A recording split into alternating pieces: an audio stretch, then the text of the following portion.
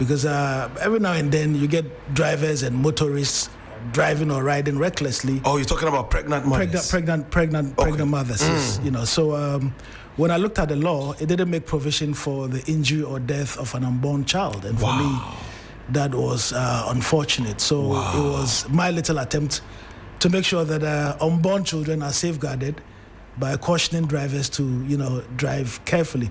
Because now what it means is that if you drive a vehicle recklessly and you hurt a pregnant woman, if the baby in her womb is hurt or the baby dies, you get charged for killing, somebody. Yes. Murder. Yes.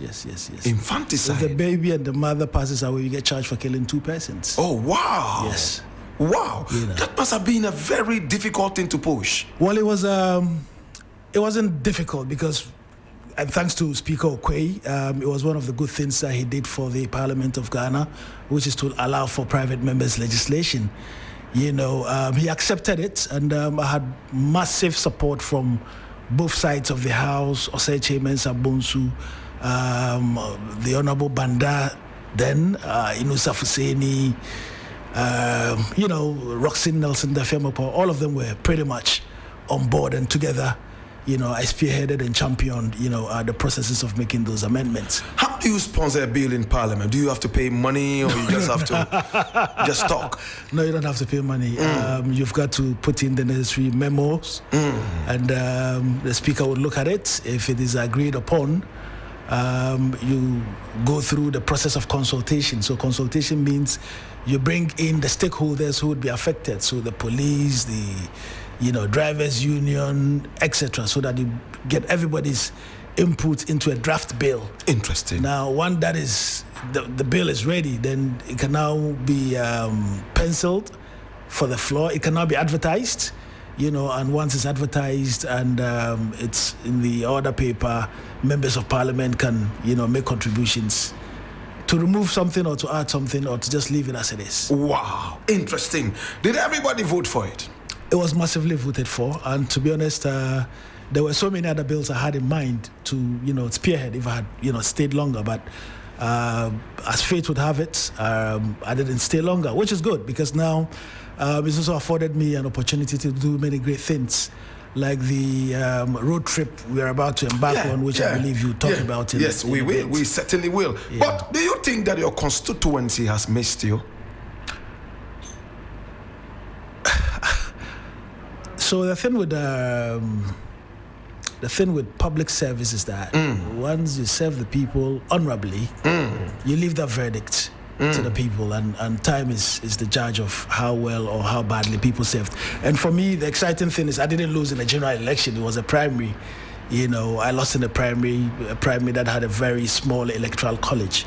And I've always told everyone, if the NDC had not expanded its electoral college in 2015, I probably would not have been an MP because I don't have the resources to bribe my way, into Parliament by paying or inducing delegates. But that is the kind of corrupt system we have. System, bribery. Does it happen in Parliament? And one of the things that I'm so passionate about is, to have legislation on party campaign financing. Blakk Rasta, we do not know how and where the money comes from, right? For people to run their elections, right? And it's important that as a nation that wants to rid corruption from body politic, we make necessary legislation that would ensure that the public knows if Blakk Rasta is running for MP for Tumu, which I have encouraged you, time and again to do so, and you've turned down that encouragement. I don't know if you may want to do that in the future, but in the future, if you so want to be the MP for Tumu, the public could tell where every cent came from to finance your campaign. If somebody wants to run for president, there should be mechanisms where the public could tell where that money comes from, so that you don't have some money bags and some mafia people sitting in the shadows and dictating what legislation or what things should be pushed in the country. Because the way things are today, anybody with crazy amount of money can, get be people, an MP. Yeah. Not just be an MP, but can decide to stay behind and get people elected into office. Interesting. All it takes is to have a bag of money. Bag of money, yeah, bag of cash.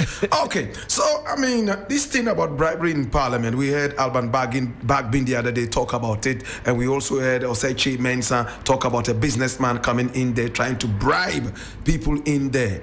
Did you see firsthand bribery in Parliament whilst you were there? Well, I can tell you that there are a lot of people with high integrity in Parliament, people who are dedicated to the service of Ghana, whether from NDC or MPP, people who are doing their best. But I can't say the same thing for some others who don't take parliamentary work seriously, or, who just come in to sign their names and then, they go and you don't see them on the floor except when there's something very, very important. And I mean, come to think of it, I've always said this, that look, until we have clearer separation of powers, where MPs are solely MPs and ministers are ministers, where ministers belong to the executive, we would continue to have people who would want to get into Parliament with a view to becoming ministers, hoping that if their party wins, because the Constitution ties the hands of the president. The Constitution says the president must appoint majority of his ministers from Parliament.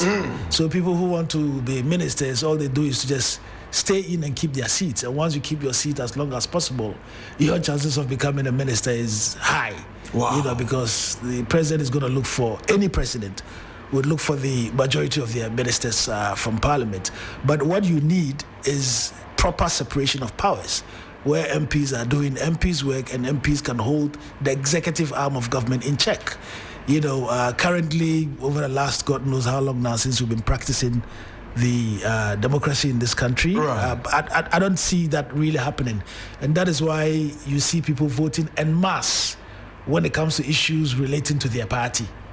So, people are very, very partisan, and instead of looking at instead of looking at national interest, they are, overly partisan.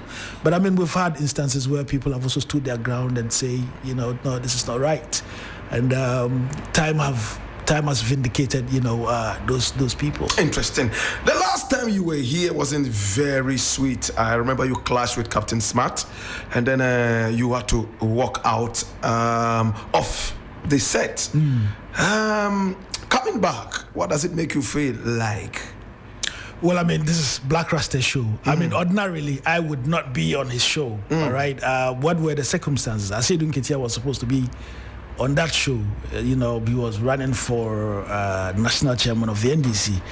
And he got hard pressed for time because of campaign activities, and I was elected to, represent him on the show. But ordinarily, I don't like the way he does his things, and I would not wake up and want to be, on his program. Have you sorted out things since then? He's not my friend. He's never been my friend. That thing happened God knows how many years now, and I don't wake up thinking about him. The final thing about some of these concern things, the cobwebs and all that. Are you married or you're single now? That's the very last one. Married or single? How can a Rasta man be single? I like that. This is 3FM. How can an African be single? Did you hear that? How can an African be single?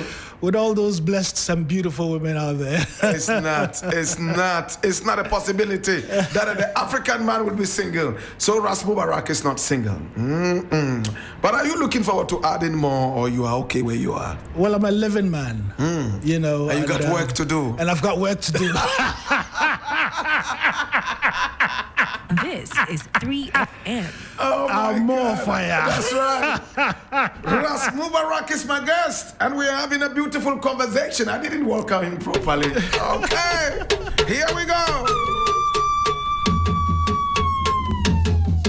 This is 3FM.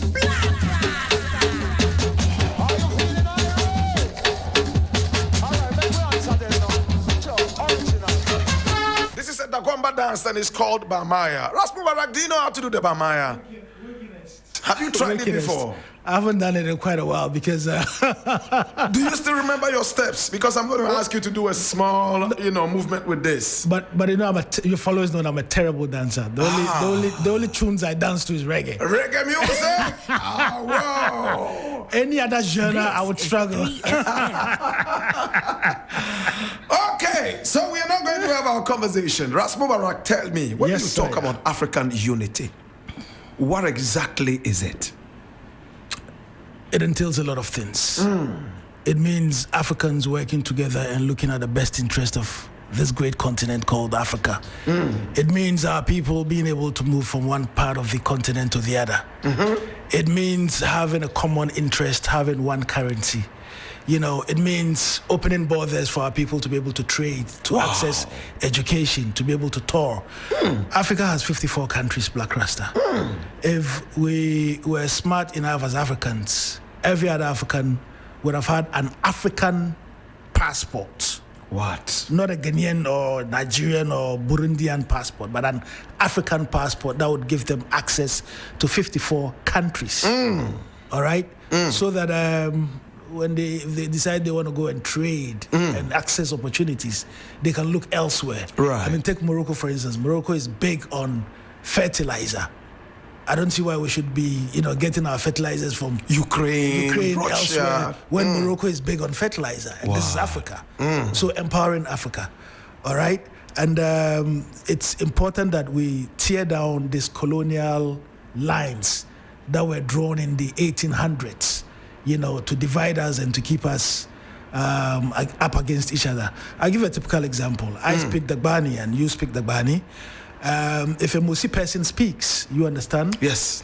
If a Dagomba person speaks, Kusasi, Frafra. or Musi, and Musi is one of the major languages in Burkina Faso. Right.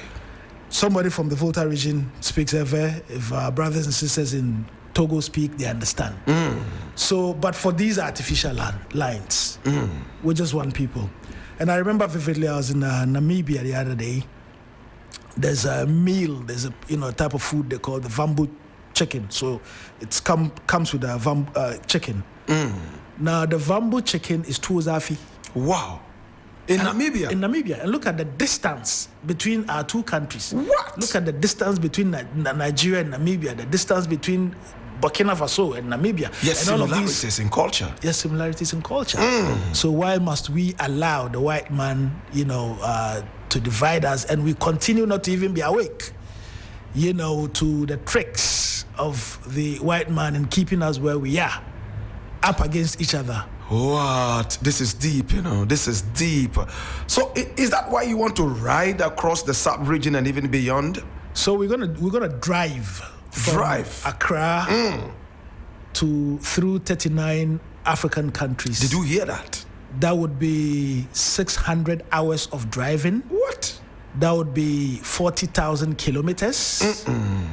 That would be, seeing different time zones and meeting millions of people. My God. And the reason we're doing this is because of the disunity of Africa. We want to promote a visa-free Africa where if a Malawian is coming to the west coast of Africa, he wouldn't have to struggle. There's a lot of disparities in visa regimes, cutthroat visa policies all over the continent. Take Botswana, for instance.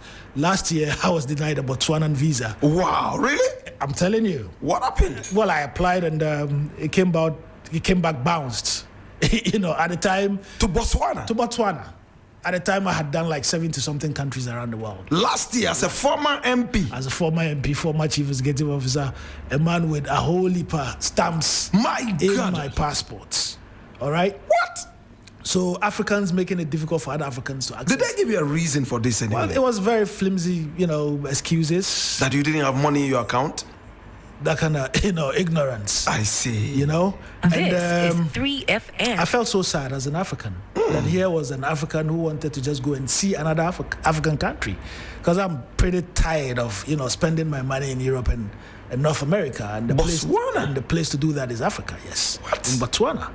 All right? You also have instances where, take the Congo, for instance, visa fee is about $250. Okay? Take a country like Zambia. If Zambians are coming to Ghana, they get charged $200. What? Visa on arrival. If we apply for a Zambian visa, it's $25. So you see the disparity. Oh my So God. we're doing things. They charge us $25 and we charge them $200. What?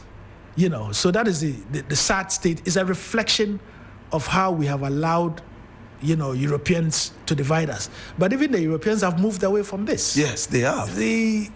All citizens of the EU move freely. Yes. You just have your EU card and you can move from one country to the other. You can drive. But look at the harassment we go through as Africans. And they have one currency too. And they have one currency, and we're just one people, 1.4 billion. You can imagine the economic might, the military might, the human capacity. We're working together, putting our heads together and making the best interest of Africa, the fulcrum, the real thing that we want to push. You can imagine where it would be. But unfortunately, we're so divided, but this does not deter me because people lost their lives to get us where we are. I mean, look at what they did to Patrice Lumumba. Lumumba, yes. I mean, so tragic. Look at how they removed Sankara from office. Look at how they removed Nkrumah from office. Yes. All right? So any African who wants the unification and the coming together of African people is being targeted. So people have paid with their lives. My generation, in this time, the least we can do, if we can't spend our resources, is to spend our time in the growth of Africa. That's very true. And so 5 months of my time being away from my family is really nothing.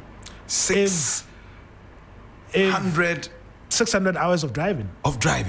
Yes. What? It's going to take us 5 months. So we start on the 18th of August next month. 18th of August. And if all things being equal, if all goes according to plan, we'll be back in Ghana on the 27th of January 2026. Interesting. You're going to be eating different foods, meeting different people, men and women. Some of you might even be marrying on the journey. This is 3FM. I don't know about the men. But how do you choose? We don't want no chichiman boy. This is 3FM. But I'll be meeting a lot of interesting people, including women. Yes, of course. I mean, wonderful women. That's just an aside. Will you be going to South Africa? Yes, indeed. As a matter of fact, I've just come out of a meeting with the acting High Commissioner of South Africa to discuss the trip in South Africa. So we've been having series of meetings with the ambassadors and high commissioners who represent African countries in Africa. We've been having, one-on-one meetings with them. This Tuesday, coming Tuesday, I'm going to have a Zoom meeting convened by the Dean of African Ambassadors with all the African ambassadors resident or stationed in Accra to discuss the project further. Interesting. And I must add that this is a project that is fully endorsed by the government of Ghana. Government of Ghana. Also, are you the ministry? So the government is not funding it. So they've given you their institutional blessing. And for me that is more than even the funding. For real. Because it further opens a lot of doors and gives the campaign a lot of credibility. We've reached out. Sorry, go ahead. How many cars are involved? We're doing 4 cars. If we get additional cars, maybe one or two more, it wouldn't be bad because there's enormous interest by Ghanaians. I mean, I've had people call me from Europe and America who are Africans who say that, look, we want to meet you when you are in this country or that country so we can do 1 week or 2 weeks. Yeah, with you. With us. So it would be nice to have an extra car. What kind of cars are you going to be using? Kantanka? It would have been nice to have one Kantanka on the road, But Japan Motors has been generous to donate 1 car, and we're looking forward to having other vehicle companies come on board. Hopefully, they may be Nissan Patrols or Land Cruiser or something, or a G-Wagon or something. I don't know. But who is buying your fuel? So, personally, I'm putting in $20,000 in this project. Personal money? Yes, as an African who wants to see Africa grow. Personal money? Who wants to see, my children live in a continent where they are not disrespected, where they don't have to be told to go and bring their bank statement and very intrusive and disrespectful questions by these Europeans and Americans. Unfortunately, that is the posturing that, some African embassies have also adopted. Very intrusive, questions. This is 3FM. friends, loved ones, are chipping in bits and pieces, and then we've reached out to some sponsors as well. For instance, Glyco is providing insurance for all of us, including our vehicles. With the vehicles, the insurance policy cover only West Africa. So once we are out of West Africa, we don't have insurance cover for vehicles, but we have insurance cover for the team, for humans, for the crew. GTV is on board, SABC South Africa is on board. Several newspapers around Africa, they're all on board. Is 3FM on board?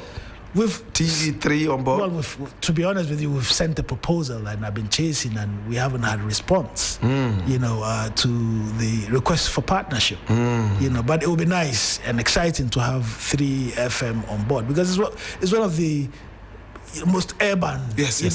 most it is actually the most urban. Youthful, we are called the urban lifestyle radio. And so young people gravitate towards TV3 and 3FM, etc. So it'd be nice to have you fully on board as well. And if Blakk Rasta so desires to do at least 3, 4, 5 countries with us by road, just fly in, Yeah, man. And then I've just been told that 3FM has endorsed it and 3FM is on board. Excellent. Whoa. Thank you very much indeed. This is 3FM. Thank you very much. So it looks like more and more people are, coming on board. But what kind of people are you moving with in the team? Do you have chefs? Do you have mechanics? Do you have masseurs and masseuses? This is a man with refined taste. I'm talking about you. This is 3FM. Masseurs and chefs, etc. Yes. All right. Well, we're going to be doing pretty much hotels. We don't want the crew to wear out, so we've decided that we'll do averagely 8-9 hours of driving a day. We don't drive at night for security reasons. And we'll rest in hotels.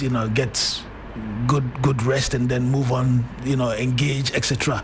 In the Gambia, for instance, I was there one day. Somebody sent me a message in Facebook Messenger that look, he's so and so seen our thing in a newspaper in the Gambia. Wow. His hotel would be fully responsible for our meals and everything in the Gambia. And he tells us he even has connections in Senegal. So we should consider accommodation and meals in Senegal and Gambia taken care of. So that's the kind of support Interesting. we're getting, Interesting. here and But there. how do you choose your team? So this was an idea birthed by me. Woke up one day reflecting on where we are. I've been privileged. I've traveled to 85 countries in the world. Interesting. And seeing what I see elsewhere, I think Africa has what it takes to even beat them. Beat them in terms of advancement. Beat them in terms of, everything. And yet, because we're so divided amongst ourselves and we're not, harmoniously moving together, things are not well for our people, right, in spite of the resources we have. So I bounced it by a few, friends of mine. Some dismissed the idea completely, like, why would I leave an aeroplane and go and drive 600 hours over 5 months? But there were a few who, gladly jumped on board. My personal lawyer, James Afedo, once broadcaster with the BBC, he's coming with us. Wow. There's a former diplomat, Dr. Rejoice Foley, she's coming with us. My brother, Dr. Smaila Mohammed, is coming with us. We've got Edward Kwarting, a businessman. We've got the CEO of Del Cielo Optical. It's all rich services. people. You don't have room for poor people. No. We've got drivers on board. We've got a mechanic. The thing is, do you still have room for more people? The thing is, you want to be sure that even if you don't get sponsorship, people can fend for themselves. Yeah, I trust me. That. I would have. You remember the kind of caravan Mansa Musa had? Oh yes. A long time ago. Yes. I would have loved for this to be a caravan of thousands of Africans moving to show that, look, we really want this thing to happen. We want Africa to unite. We want one currency. We want our leaders to be working in Africa's interest and not the interest of the West. But unfortunately, because of our logistical challenges, we can't, take everyone on board. But I've had a couple of stations who've said that, look, we want to actually send reporters. So GTV, for instance, is sending a crew. You know, as I say, has indicated that they would also send a reporter to join us. I mean, you as a Pan-Africanist, Yes. you and I have we go way back. That's why I'm asking you if there's room for more people. We, you know, and I can remember as far back as when your hair was as black as a star. Oh my God. Oh my God. When your hair was black as star. Oh my God. And now look at all the grain. Oh my God. This is 3FM. You know, so come with us, make some time. You know, as an African Pan-Africanist who's been preaching for, you know, the unification of Africa and for the oneness of our people. Whoa. It will be a nice experience. Interesting. You know who just sent me a text message? Tell me. Captain Smart. He says he would want to be part of this. We he would want to join. We would be happy to have him on board. I mean, Wow. all Africans, you know. Wow. We would be happy to have him on board. If he's bringing, you know, one vehicle, at least that can accommodate 3 more Africans. You know, but myself, I love driving, so I'm going to be doing a lot of driving. What? You know, I love driving too. I can drive for 24 hours non-stop. When I want to clear my This head, is 3FM. when I want to clear my head, it's driving I do. You know, Interesting. so- Well, I mean, you are going to South Africa, and I can just imagine how many days are you hoping to be in South Africa? Unfortunately, it has to be averagely 3 days. With all the beautiful women in South Africa. I don't know about that. You are telling me. This is 3FM. So when we start from Be Accra, careful you don't spend more than 3 days in South Africa. we're on a mission, and when you are on a mission, you're not involved. you're not involved. This is 3FM. I understand. I mean, this mission, Blakk Rasta. Yeah. I see it as a mission that is bigger than myself. Yes. I see myself as a disciple of Kwame Nkrumah. Yes. You know, and if the 5 leaders in 1961 in Casablanca envisioned an Africa that, you know, would have its people move freely and work together and have one currency, one standalone army, and, you know, their vision was truncated by our own greed and lack of foresight into what they had, then we have a duty, Yes, we do. a moral responsibility to make it right. Do you think that there would be an AU that is like the AU? You know, the borderless It AU? has to happen. And all So that. as a matter of fact, the African Union has a policy, an Agenda 2063, that, you know, they're thinking that by the year 2063, which is 40 years from now, What? Africa should be borderless. I don't have 40 years. I have 90. That's like I'll be 90 around that time. What? I don't know where I would be in 40 years. So I don't want to see this happen in 40 years. I want to see this happen maximum 5 years from now. What? 40 years? That's a long shot. You know, I want to see it happen for our children, for other people's grandchildren, for Africa's children. Look, Africa is so blessed. We've got all the natural resources. We've got the human capital. Look at the Congo. Look at how beautiful the Congo is. Lush. Rainforests. I mean, with mineral resources. Yet Congo is one of the most underdeveloped. Yeah. Congo has one of the baddest roads in Africa. Look at Liberia. Look at the potential. You know? And so if we're not working together, look, there's no day the West would be interested in an African continent becoming united. They're not interested. And so they'll come and throw crumbs, you know, and tell you that they care so much about you and give you, you know, a little money to shore up your budget, and you think they are really for you. They are not. They are not. And They the certainly are not. sooner Africans realize this, the better for all of us. That one, we've got to eat what we grow and grow what we eat. We've got to trade amongst ourselves. We've got to love one another and stop the xenophobia and stop the hypocrisy and the hatred against one another. I mean, you hear people speak about Nigerians, and it's as if every Nigerian is a monster. Oh, you my hear God. people speak about South Africans, and it's as if every South African is a monster. We're one people. And in every home, there are bad people, there are bad nuts. I mean, who tells people that there are no terrible Ghanaians who are committing crimes up and down foreign countries? What do you think about the Igbo man who, I mean, was seen as the chief or the king? And about the, brouhaha that happened a few days ago about him building an Igbo village, whatever they want to call it, Igbo village, Igbo kingdom. What do you think about it? Well, he came to say that wasn't the intent as, had been portrayed. He came to apologize and to err is human. There's hardly anybody who would say they've never committed a crime or a sin. No matter who they are, at one point or the other, you would err. And that is why God forgives us. And that is why when people err, we've got to forgive them and look at what the bigger picture is. Do you think he erred? So, I read the story in passing that there was an Igbo man who was planning to, set up a kingdom in Ghana. I'm like, what? What is happening? Kingdom in Ghana? This is 3FM. How? Right? But the next thing I heard was his interview where he said, the whole concept had been taken out of context and it wasn't his intention. Which is all well and good. Yes. Right. we've got to encourage. Ghanaians love traveling. Right. And so if we're being mean and treating people brutally, especially people like us, black Africans, and we can't treat them with respect, then something is amiss. Something is certainly amiss. Ras Mubarak is my guest. And when we return, I'm going to be asking him a few more questions. This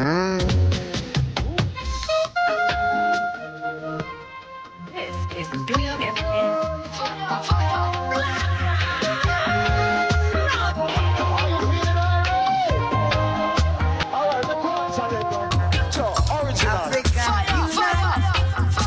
We're moving right out of Babylon.